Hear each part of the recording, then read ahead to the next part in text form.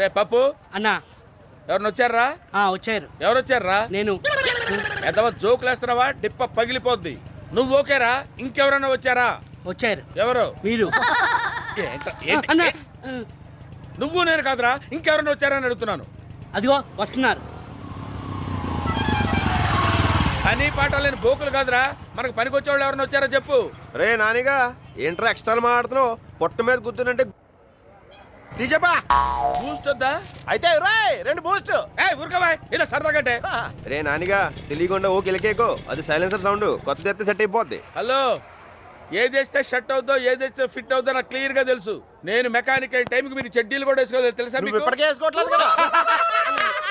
అరే Nani, car ready అయిందా? Cash రెడీయా? ఉందిరా బాయ్.